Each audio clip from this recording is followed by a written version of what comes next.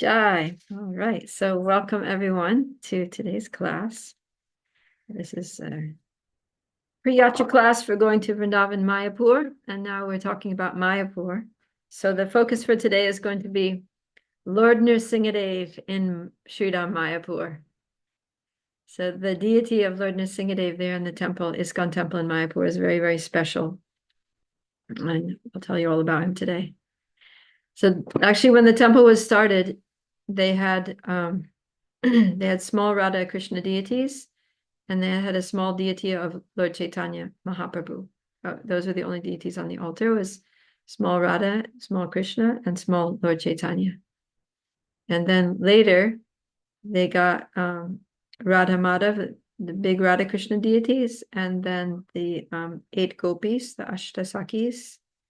And so the small Radha Krishna became what they call the Utsav deities or festival deities.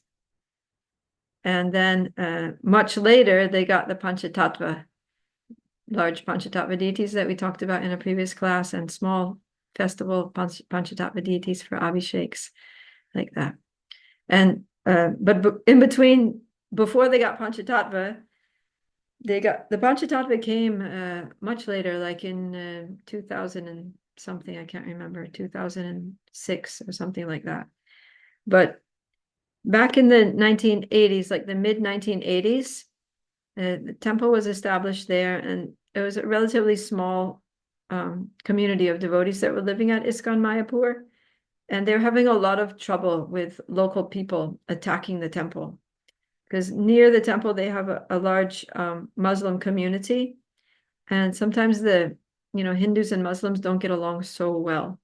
I mean, it's pretty peaceful now, but there was a period of history where basically it depends on the political situation. Like if a certain political party is strong or is being a little riotous, then the different religious groups tend to align themselves politically also. So it becomes like religious and politics all wrapped up into one thing.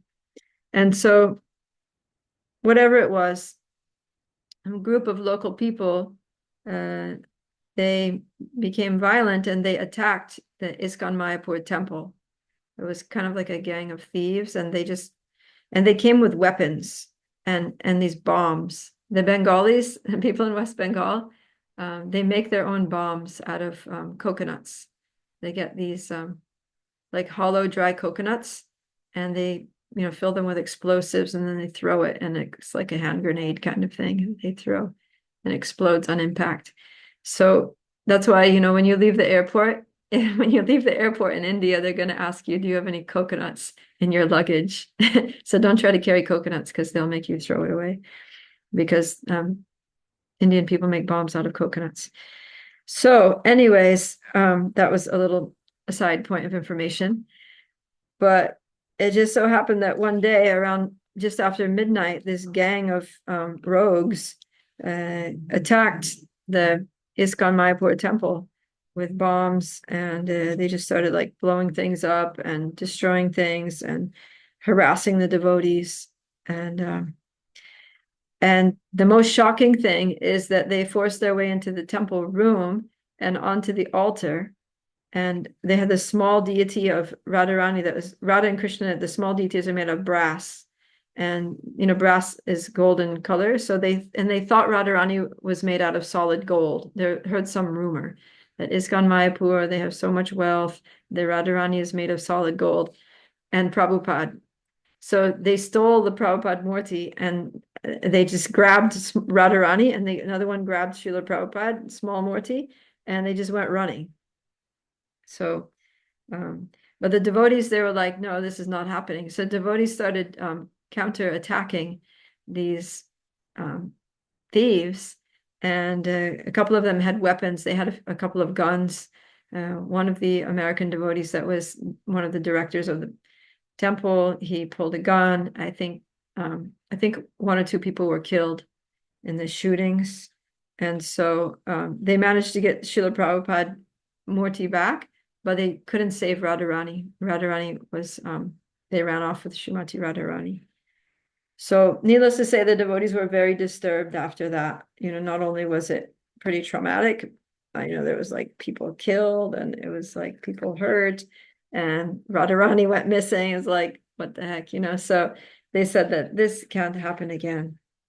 So this was 1984. It was after Srila Prabhupada had already left the planet. Prabhupada left in 1977.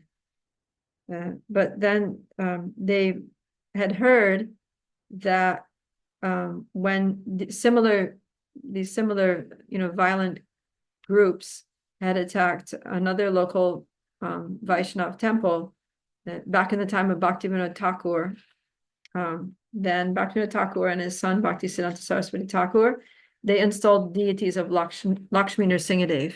And after Lord Nrsimhadev was there in the temple, then there were no such incidents. So the devotees were thinking, we need to get Lord Nrsimhadev here.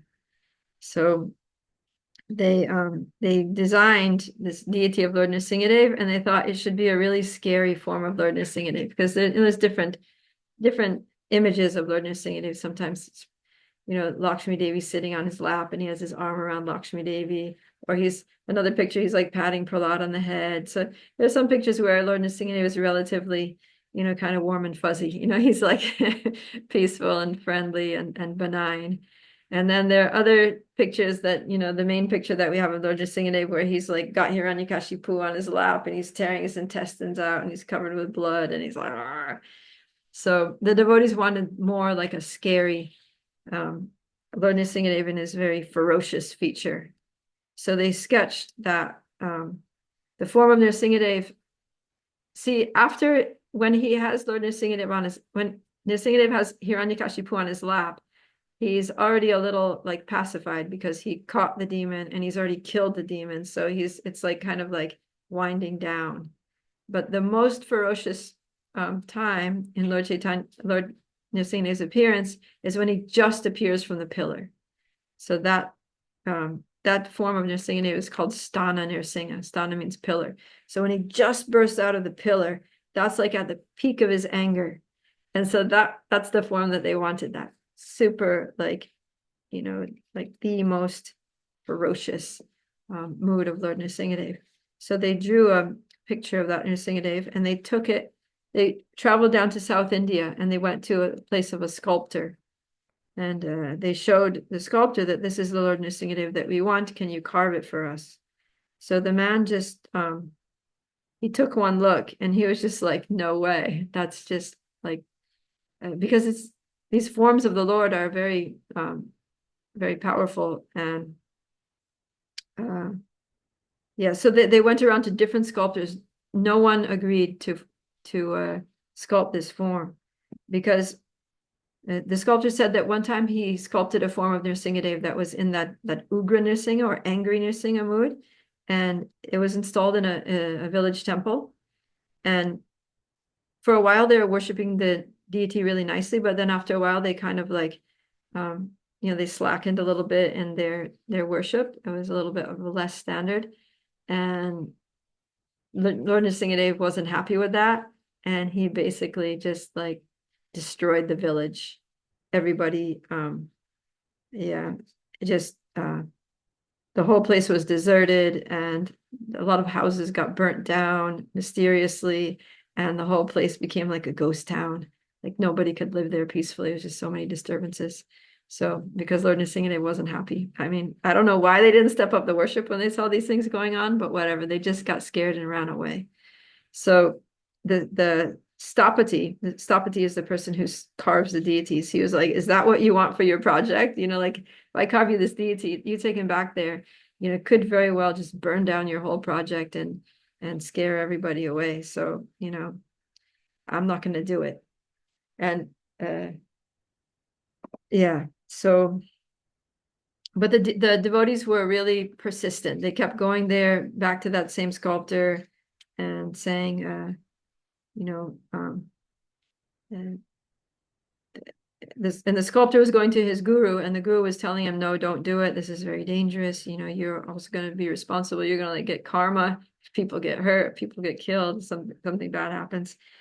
But then after many times of asking him, finally they went again and they asked him, and just like out of nowhere, kind of miraculously, he just said, yes, I'll do it. And then they said, oh, what happened? You had a change of heart. So he told them that this Stapati, the sculptor, he had a dream a few nights before that, a few nights before the devotees came. And in his dream, his guru came to him and said that go ahead and you can carve this Stanu Nrsimha, this Nrsimhadeva coming out of the pillar. And he said that because it's for ISKCON and because it's ISKCON Mayapur, because this guru, he understood that I mean, I don't know how it was conveyed to him. Maybe just heard about ISKCON, or he got some dream or some revelation. But one thing about Mayapur is that Lord Chaitanya's mercy is so strong that because it's Lord Chaitanya's place, then even Lord Nrsimhadev in Mayapur is going to be influenced by Lord Chaitanya's merciful mood. So Lord Nrsimhadev, even though he's appearing in a very ferocious, angry form, but he's going to be merciful, especially on the devotees, because that's Lord Chaitanya's mood in Mayapur. And because in ISKCON, there's such a high level of purity and such a high standard of deity worship, because we strictly follow the 4 regulative principles and chanting 16 rounds and observing the scriptural regulations for worshiping the deity. So this sculptor's guru, he was like, okay, I think they're going to be all right. Like Lord Chaitanya will protect them. Their standard of worship is not going to, it's unlikely to slacken given the track record of ISKCON devotees, and, just go ahead and make it for them. So then the sculptor, he told the devotees, he said, all right, I have my guru's blessings. I'll make your deity. And they were so happy. They said, okay, how long is it going to take? He said, it's going to take 6 months. And I said, okay, we'll come back when it's ready. So then the devotees came back after just 4 months because they wanted to check on the progress. So they go to the sculptor's place, and then the sculptor's like, he said, oh, the devotees said, we came to, to see the deity, how the deity is coming along. And the sculptor said, which deity? I haven't even found the stone yet. And they're like, what? It's been 4 months. And then he said, well, you don't understand that. The devotee said that there's so many stones. There's so many like stone slabs, but just get a stone, like what's the deal? And the sculptor said, no, it can't just be any big stone. It has to be a living stone. So this is very interesting because sometimes in the scriptures we hear things like how some stones are living, or mountains are living, things like that, right? We talked about that with talking about Govardhan Hill. So this sculptor, he said, yeah, it has to be a living stone. I'm not just making like a grinding mortar. I'm making a deity. That the stone, it's only if a stone has life can it be used to make a Vishnu deity. And he said the way that you tell if it's a living stone is if you take another stone and you hit it you tap it like in 7 different places, 7 points on the stone slab, and each point is supposed to make a different sound, kind of like do re mi fa sol la ti, like the sounds of the scale, or sa re ga ma pa da ni, like that. So and the scriptures, they say exactly what the sound is supposed to be, and if it makes those sounds, then it passes the test that's a living stone. And then also he said there's another way that you tell is that there's a certain insect, there's a little bug that actually eats granite. It eats through even the hardest stones. And he said if it eats from one side of the stone to the other and leaves a complete trail visible behind it, then that means that it's a living stone. So who can understand these things? But these sculptors, they have their ways. And he says that when you know that it's only in a living stone that expression can manifest, that some kind of like expression, like feeling can manifest from the stone, because it's like a soul within a stone's body. Anyways, it's like it's inconceivable to me. But this sculptor, he said that living stones can speak. They speak poetry, and that if the deity is sculpted from a living stone, then he will be fully expressive and very beautiful. So he said, just please be patient. I'm looking for your stone.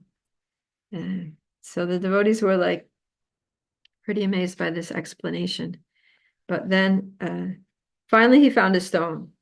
He told them, oh yeah. And the devotee said that I thought you said the deity was going to be ready in 6 months. And he said, yeah, 6 months from the time I find the stone. It's going to take me 6 months to carve it.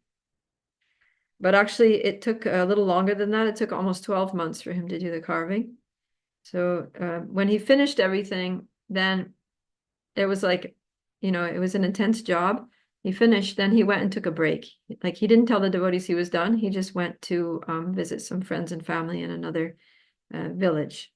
And he was gone for a few days. And at that time he thought, I'll just keep the deity safe. I'll just I'll just put him in the like thatched shed and I'll just lock it and go visit my friends. And then afterwards, after a little rest, then I'll call the devotees to come.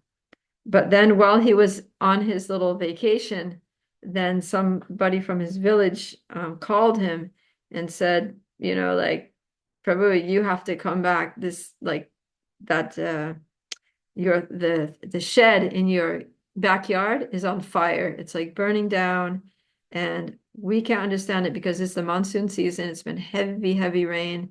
The straw on the roof of that plate of your shed must have been like soaking wet, and still it caught on fire. So the sculptor, he's like, oh, that's Lord Nrsimhadev. Lord Nrsimhadev doesn't, he's like ready to go. He's basically, so he called up the devotees and he said, please come and get your deity. He's burning everything. He's making it very clear that he wants to go to Mayapur now. So the devotees were ecstatic, and they came down and they loaded the deity. They got a truck, like a big truck, and they filled the back of the truck uh, with sand, like half full of sand. And then with a lot of trouble, because the deity, he's not so big. He's only 4 foot tall, but he weighs a ton. He literally weighs like 1 ton, which is like 2,000 pounds. And so with great difficulty, they got him in the back of the truck on the sand, and then they just took him to Mayapur. So yeah, he was installed in Mayapur in 1986. And with a lot of kirtan, a lot of ecstatic devotees. And then after that, they didn't have any more attacks. So it did the job. Did the job. Yeah, I'm going to show you some pictures here. I collected some pictures to show you. Probably most of you have seen already, but I'll just find. Oh, okay. Here we go. There he is. Yeah, I'll make it bigger. That's when he first entered the temple. Yeah, see, this is a picture. Actually, I never saw this picture before. I was searching for pictures today. See, he doesn't have any clothes on. I've never seen him without any clothes on, but you can really get a good look at his transcendental form here. See, they sculpted Yeah, on this little like loincloth thing. And yeah, this is how they wanted him, with his legs bent like he's about to pounce. And see, he's got his hands here, like ready to grab somebody, like, and like his face is just really super intense. Eyes bright red, like blood red, and very sharp teeth, and like he's got the knitted brow, like like angry looking face. And then he has these 8 arms. So 8 arms are full of different weapons and symbols of Vishnu. So he has the standard conch, disc, club, and lotus flower. Uh, and wait, conch, disc, club, and lotus. Yeah, and then in addition to that, he has a sword and something else. I'm not sure what the other thing is. And then he has 2 hands that are without any weapon, because those are the hands that he's going to use to kill Hiranyakashipu. Because Hiranyakashipu got the benediction that he wouldn't be killed by any weapon.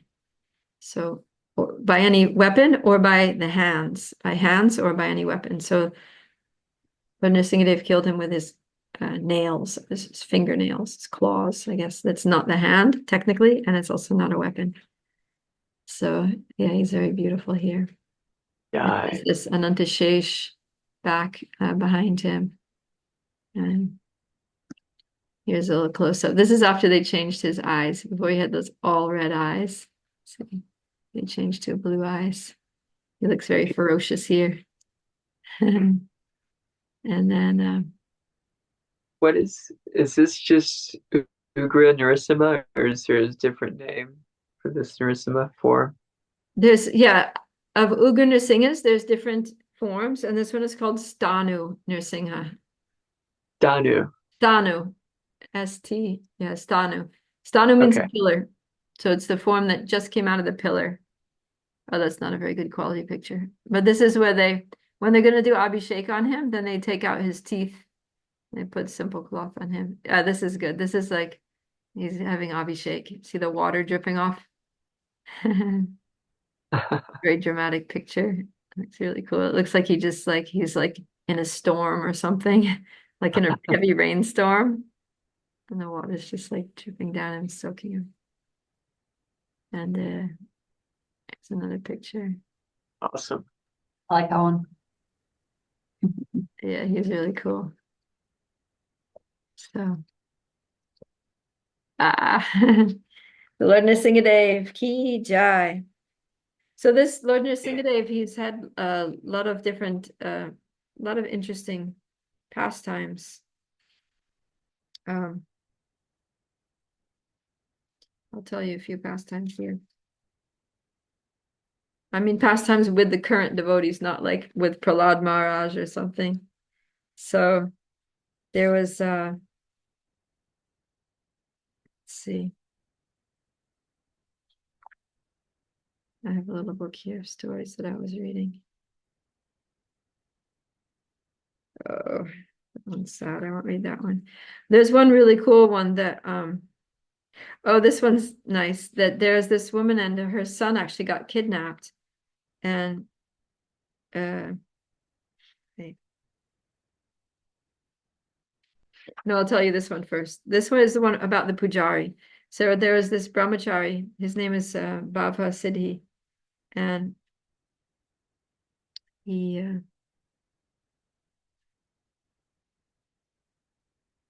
hold on. Oh, that's another thing. Bhava Siddhi. Oh yeah. So when Lord Nrsimhadev first got there, the devotees were just like, "Oh my God, he's so ferocious." They were scared to worship him. Like some of the brahmacharis were scared to worship him, and they only allow like brahmacharis to worship him. But you have to be like Naishtiki brahmachari, which means that you never like had any kind of like you basically celibate from birth. So this brahmachari, Indian brahmachari, was worshiping it, and he was so scared that he was going to make some offense. He was going to make some mistake in the worship, and that Lord Nrsimhadev was basically going to just like burn him up or something like that. So he would go on the altar to do the offerings, and he would have to bathe him and dress him every day, put jewelry, put garlands, offer food, do arti, all these things. So he would do those things, but he was always so nervous and scared. So one night when he was leaving the altar after putting Lord Nrsimhadev to rest, he heard a very loud sound, like a banging sound that made all the hairs of his body stand on end. And he looked back and he didn't see anything. And so he's just like, all right. He just like locked the gate of the altar and closed the doors and went to his room. And so yeah, he prayed for forgiveness in case he had done any like unknowingly committed some offense. And then he went to sleep. So then in the middle of the night, uh, he's the bed starts shaking. So he's in the brahmachari ashram and he's on bunk bed. So he's on the top bunk and the bed starts shaking like anything. And then he thinks it's the brahmachari on the bed underneath him. So he looks down and he sees that nobody's there. So uh, and then he looks again, and then he kind of like looks over, he sees nobody's there, and then he looks up and he looks to the foot of his bed, and there's Lord Nrsimhadev. Lord Nrsimhadev is sitting at the foot of his bed, and he's feeling very blessed, but he's feeling like terrified at the same time. And so he tries to like he's just sitting there And then Lord Nrsimhadev takes his hands and he puts his hands on the shoulders of the pujari. And the pujari says like his hands were so heavy they were like pushing down on him like the weight of the universe. But then Lord Nrsimhadev speaks to him very softly, very gently, and he tells him, be peaceful, just, be calm. I came here to tell you that when you're worshiping me in the temple, you don't need to be so afraid. Just give up your fear and relax. Like you're okay. You're my devotee, and I appreciate you, and I want you to be peaceful while you worship me. And then the Lord just disappeared. And then the devotee, he was like so ecstatic, he didn't know how to contain it. So he just jumped out of his bed and he went out to the veranda of the Brahmachari ashram and he just started running back up and down the veranda, chanting Hare Krishna. And then some devotees were trying to ask him what happened, but he was like totally incoherent. And they thought maybe he'd just gone crazy or like a ghost was attacking him or something like that. And finally, he just ran over to the temple. And it was still like, it was like getting, by this time, it was already like maybe 3:30 in the morning, almost 4 in the morning. And he goes there and the temple's not open. I mean, the temple's open. And some devotees are assembling for early Mangalarti. And he goes and pays his dandavats there, full obeisances outside of Lord Nrsimhadev's altar. And he offers a lot of prayers there while he's lying there with his face on the floor. And then he gets up and he starts walking back to his room. And then everybody's devotees are coming from Mangalarti and they're all staring at him and like making comments. And he's like, why is everybody looking at me? And then he looks down and then he sees that he's only in his underwear. He didn't even notice. He was just so like just overwhelmed with Yeah. ecstasy and emotions and excitement and yeah. So, but he said that those marks of the Lord Nrsimhadev's hands on his shoulders, they stayed there for a long time, like for years. So now he's an older devotee and they're kind of, but he said they're still a little bit visible. Like if you look very hard, you can see some like marks there. So yeah. And then, yeah, this is the other story I was going to tell, that there are some parents and their son ran away from home. So they were very frantic and they were looking all over the country. And somehow they got some indication that the boy had ended up in Mayapur. So they came to Mayapur. They weren't even devotees. They came to Mayapur and they just spent the whole day walking all over the Mayapur campus, looking for this boy, asking at reception, asking, different individual devotees, and they couldn't find him at all. Then finally, at the end of the day, they went to the evening arti. And during Lord Nrsimhadev's arti, the mother was praying very intensely, like, Lord Nrsimhadev, please, if you so desire, please bring back my lost son. And she said the last time we came here, our son was just small boy, and we were all chanting and dancing together. And now, if only my son could be returned to me, then I would just put my hands in the air and chant and dance Hari Hari Bol. And as soon as she said that, then the son just walked right in front. She was standing like here in front of Lord Nrsimhadev's altars here, and the boy just walked right into the space between the mother and Lord Nrsimhadev and just stopped. And then she was just like, oh my God. So yeah, you can see how Lord Nrsimhadev, he really responds to devotees' prayers or people's prayers. They weren't even devotees. Yeah, after that, they became a devotee. After that, both the mother and the father became initiated devotees, and they actually started a ISKCON center from their home, and they both are initiated. So, like that. Then there's another amazing story that happened to a devotee that I know, actually, because I lived in Mayapur for 9 years, and I was teaching at the Sri Mayapur International School, the children's school there. And there was another teacher there. Her name was Atma Vidya. She was from Greece. And yeah, so, we knew each other well because we were both teaching together at small school. And so we were like friends. And she told me this story, which is also printed here in this Lord Nrsimhadeva in Mayapur book. And she said that she when she first went to Mayapur, she had really good vision, like 20/20 vision. She didn't need to wear glasses or anything. And then after some time, her vision just started getting worse and worse. And she needed to get glasses, and then she needed to like get a higher prescription glasses, and then she needed to get a even higher prescription glasses. And then she started thinking that like she's going blind.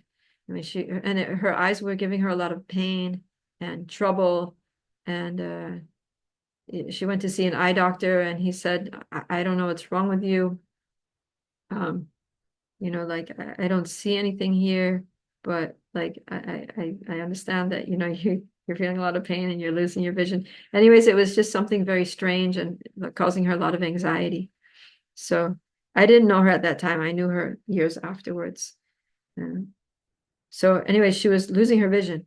And then one day she was just standing in front of Lord Nrsimhadeva in the temple, and she was praying to him. She wasn't particularly praying to him anything to do with her eyesight or anything, but she was just, chanting Hare Krishna and praying for generally for protection, whatever. And then she heard a voice. She heard this like soft but deep voice saying, uh, I want my eyes back. And she said, I want my original eyes, that the voice was saying, give me back my red eyes. So she was just like, what? And it kept saying, first she was like, I don't know what's happening. And then the voice kept saying it like 3 or 4 times, it was saying the same thing, like, give me back my eyes. Go to the pujari. Yeah, I want my eyes back. I want my eyes back. Was saying like that. So she was very confused. So she was like, I don't know what to do. But Lord Nrsimhadev had told her to go to the Pujari. So she went to the Pujari and she said, I think Lord Nrsimhadev just spoke to me and he said that he wants his eyes back. I have no idea like what that means or what anybody's supposed to do. But yeah. And and so the Pujari said, oh, because you saw in the original deity, he had those fully red eyes, like red eyes. Yeah, those ones, very red eyes. And then somebody had come, some wealthy devotees had come from America or Europe, and they had bought these eyes that were like yellow, and they were jewels. They were like precious stones, like what's that yellow stone called? Topaz or something like that. They were a very precious, they were like a very expensive jewel, made out of jewels. And so they thought, oh, this is much nicer, like get him something like really valuable for his eyes. So because he had spent so much money on them, then the pujaris felt like, okay, so we'll replace the eye. So they replaced those red eyes with these like yellow topaz or whatever eyes. And apparently Lord Nrsimhadev didn't like the yellow eyes. So the Pujari said, okay, it looks like he wants his red eyes back. So they took out the yellow eyes and they put the red eyes back. And then within a few days, her vision just was restored. Crazy, right? So interesting. Wow. Wow. I don't know why he chose her, and she didn't know why he chose her either. But that happened. Wow. So interesting. Uh, because I've been having like issues with my eyes. Oh, yeah? Like recently, I haven't worked for the last few days, and I haven't been looking at my phone as much either. But I was like, wow. Oh, wow. Well, now you know what to do. Ask Lord Nrsimhadev. Maybe he needs an eye change again. I don't know about that, but it just sounded very cool. Yeah. There's also like it said that Lord Nrsimhadev really likes mangoes. I think he spoke to oh yeah, this is good. Let's see. Uh, uh, yeah, so there's one devotee who uh he's from America, and he said his wife had a dream about Lord Nrsimhadev and mangoes. That she was walking on the street outside of Mayapur campus, and she saw a jar of like mango pickles in the store of on the shelf in a shop, and she had a desire to buy them for Lord Nrsimhadev. But then she was like, "Yeah, but this is just like this is an item that maybe wasn't made by devotees, and I'm not sure about the ingredients, how pure it is." So she didn't buy. But then that night she went home and she had a dream, and Lord Nrsimhadev appeared in her dream, and said, "Hey, where are my mango pickles?" So then she went and got them. Yeah. Oh, and this is a nice one also about mangoes that, yeah, that, yeah, that one Vaishnavi, one female devotee, she told the pujari that she had a dream, and Lord Nrsimhadev came in her dream, and he was walking and holding her hand and talking to her very, very like sweet and sweetly and caring like a father.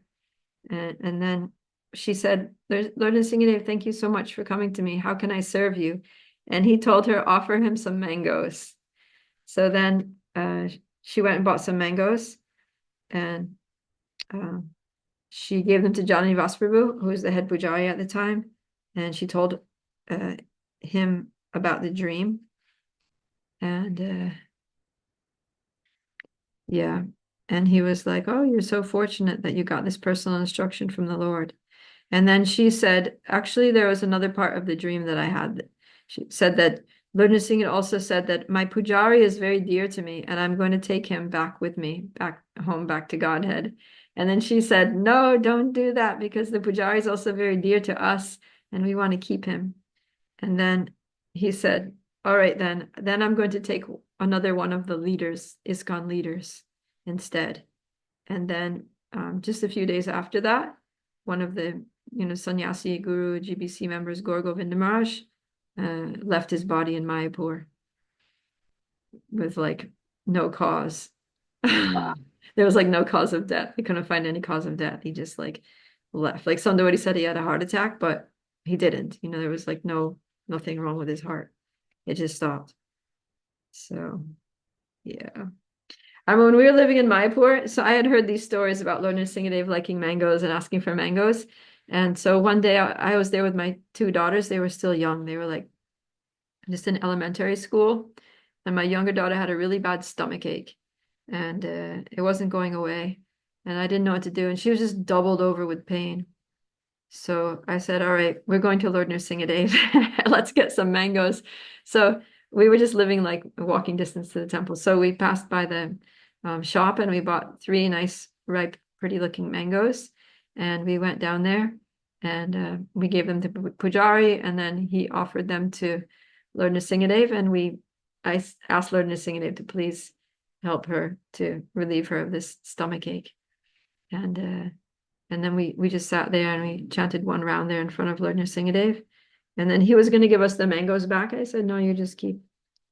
We didn't offer them, because sometimes they'll offer things to get back so that they have like maha, but we didn't go there. We just wanted to give them to Lord Nrsimhadev. So he was like, do you want them back? And I was like, no, you keep it.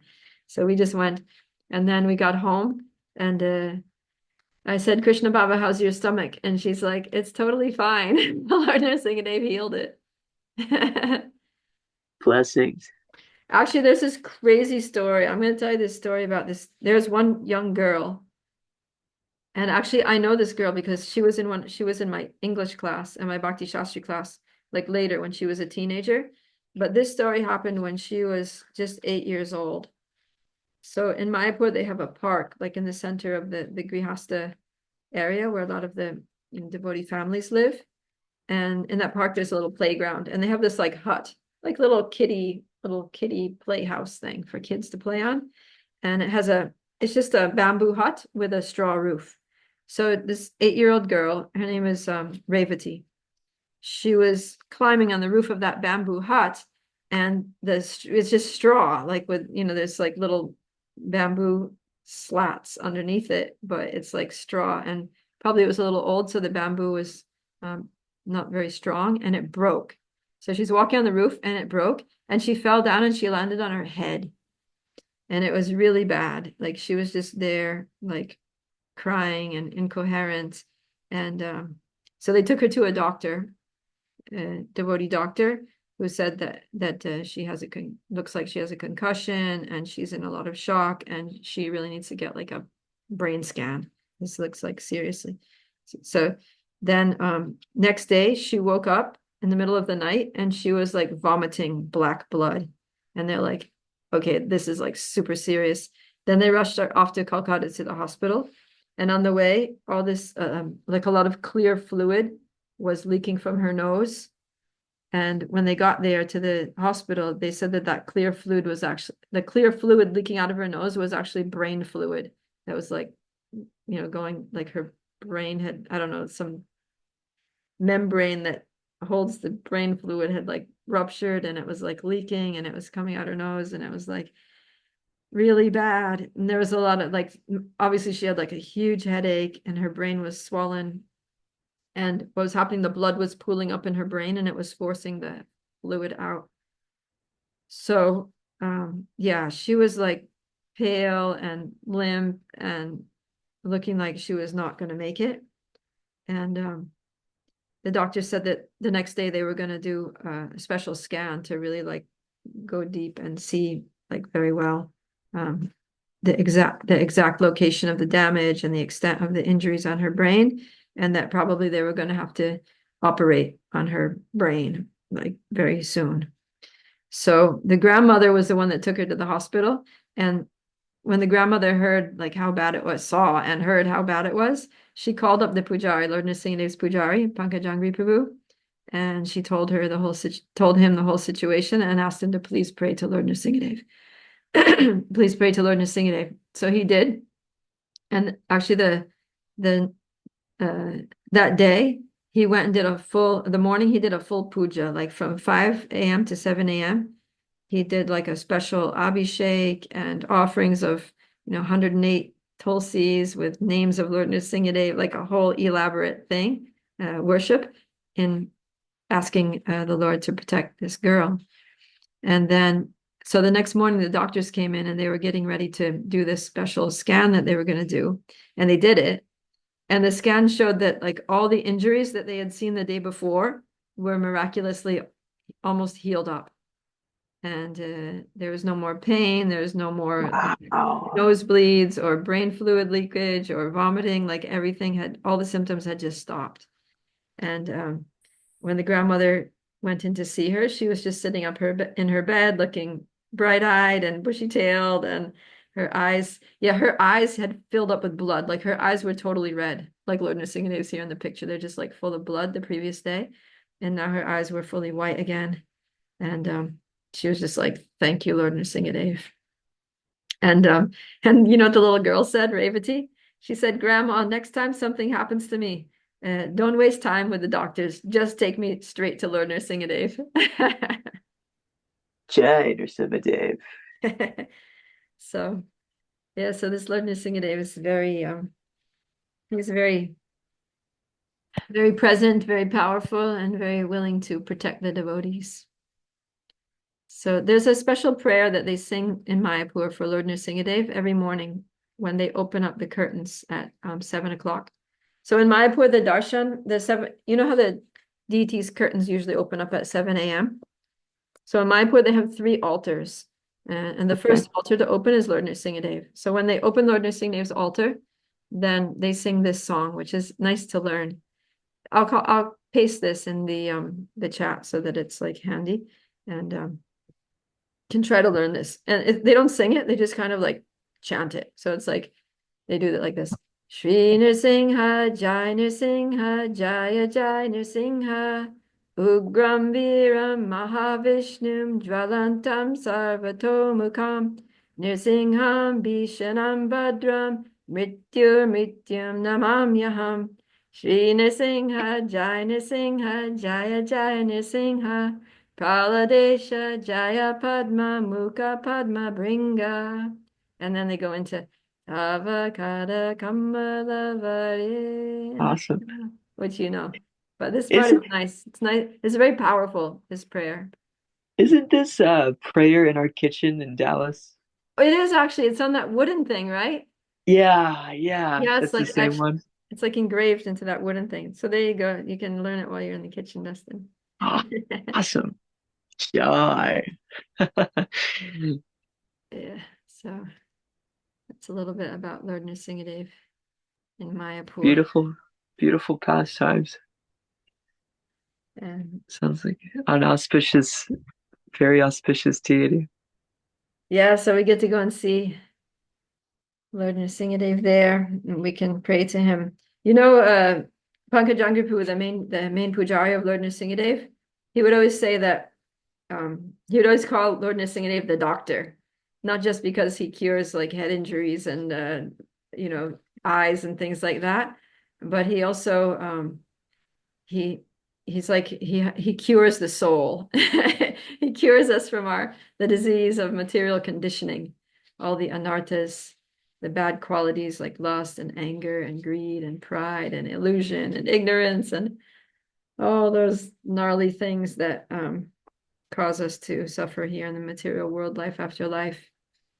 So he said he's like a surgeon. He does just like, you know, when he kills Hiranyakashipu, he rips out his intestines. So he can also Yeah. he's also good at not just removing intestines, but also removing anarthas.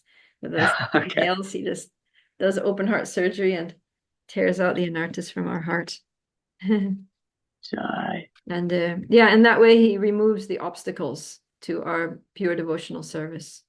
So that's why we worship Lord Nrsimhadev. Well, one reason is protection, because Lord Nrsimhadev is a form that protects Prahlad from his demoniac father, who was, you know, terribly abusive, trying to kill him. He protected him from that. But another reason why we worship Lord Nrsimhadev is to remove the obstacles to worshiping Radha and Krishna. So, yeah, like in Gaudiya Vaishnavism, our worshipable deity, like our deity that we worship, we're not devotees of Lord Nrsimhadev, we're devotees of Krishna, but we worship Krishna's incarnation of Lord Nrsimhadev with a request of him to please kindly protect us and remove any obstacles that are there in that are blocking me from being able to purely worship Radha and Krishna with love and devotion. So that's why we worship.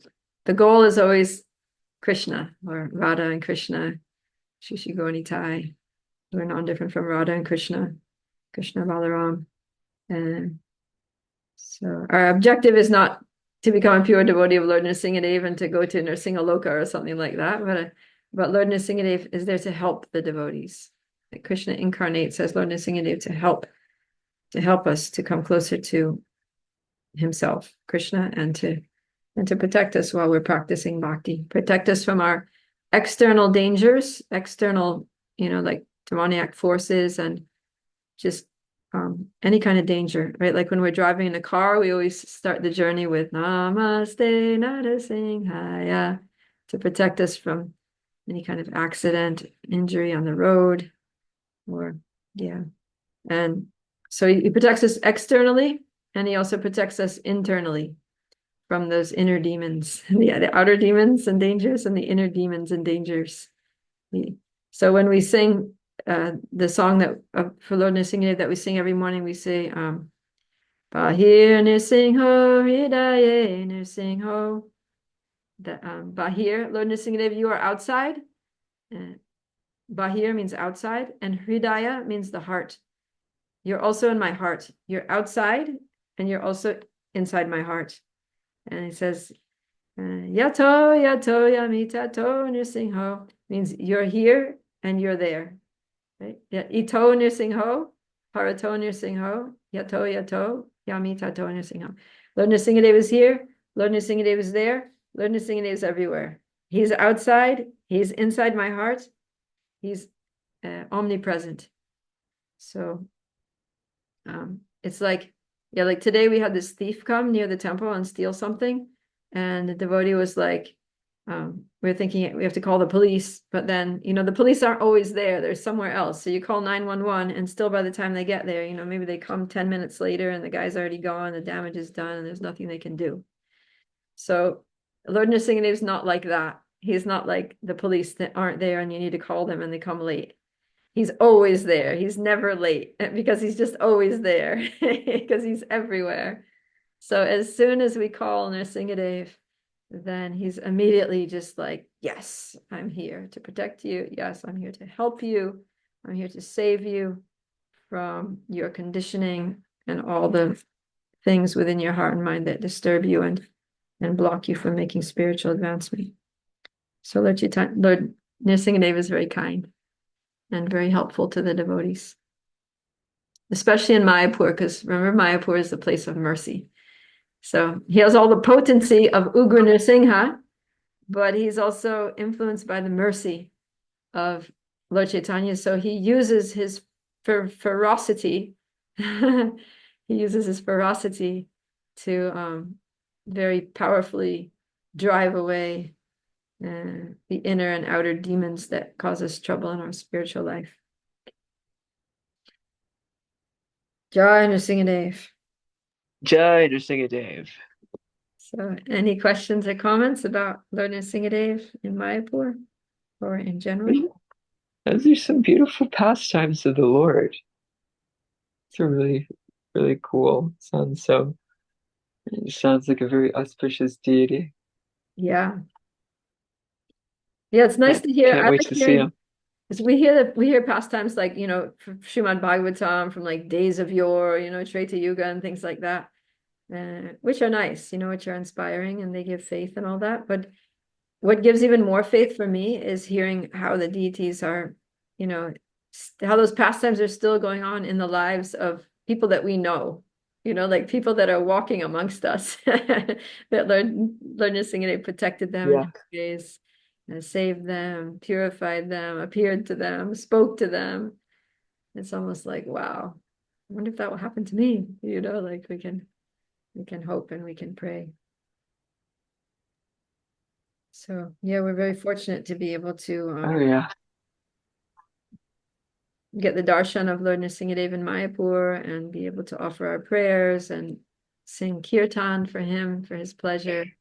And we can also, bring him some gifts. We can buy some fruits for him. I don't know if we'll be able to get mangoes in December. Usually mangoes are only there in the. Oh, But I heard that Lord Nrsimhadev also likes he likes gur, the date gur, and we can definitely get fresh date gur, the local.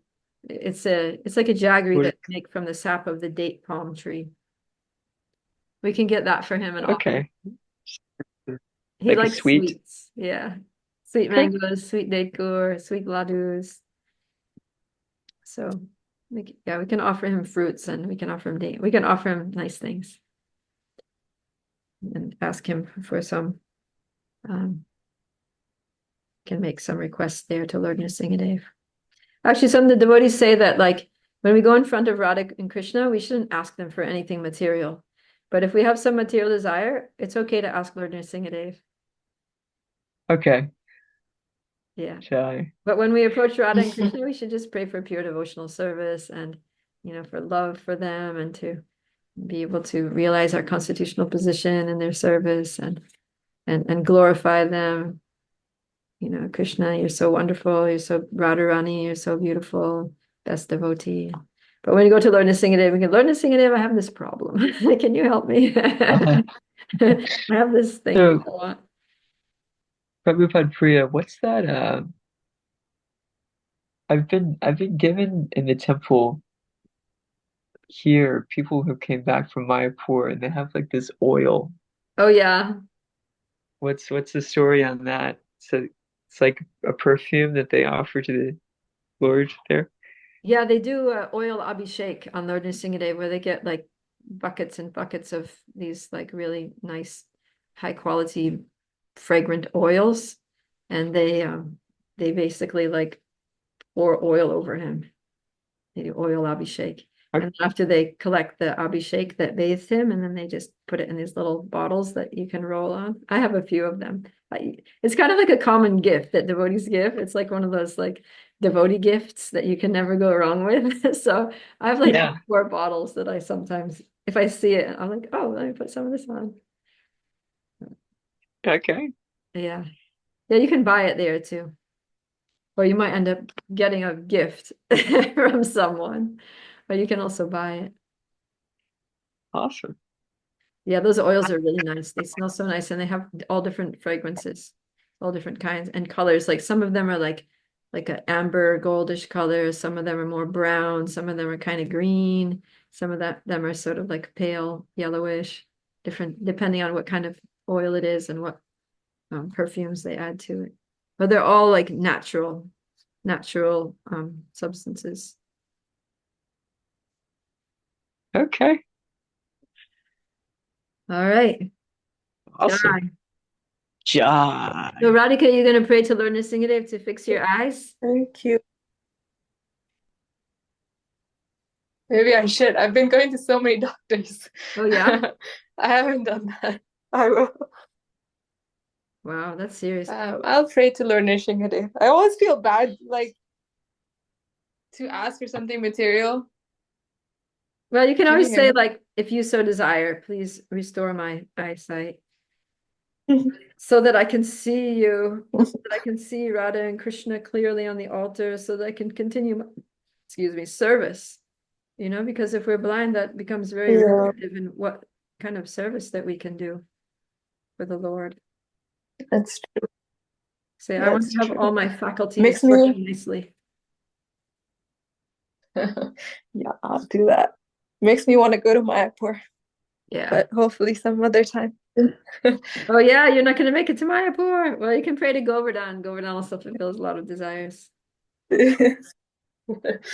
Okay. Remember, Boyjan Prabhu was saying that the Brajavasis, they have any problem, they just Yeah. go tell Baba. Go tell Baba, Govardhan Baba. Yeah. Govardhan Babaji.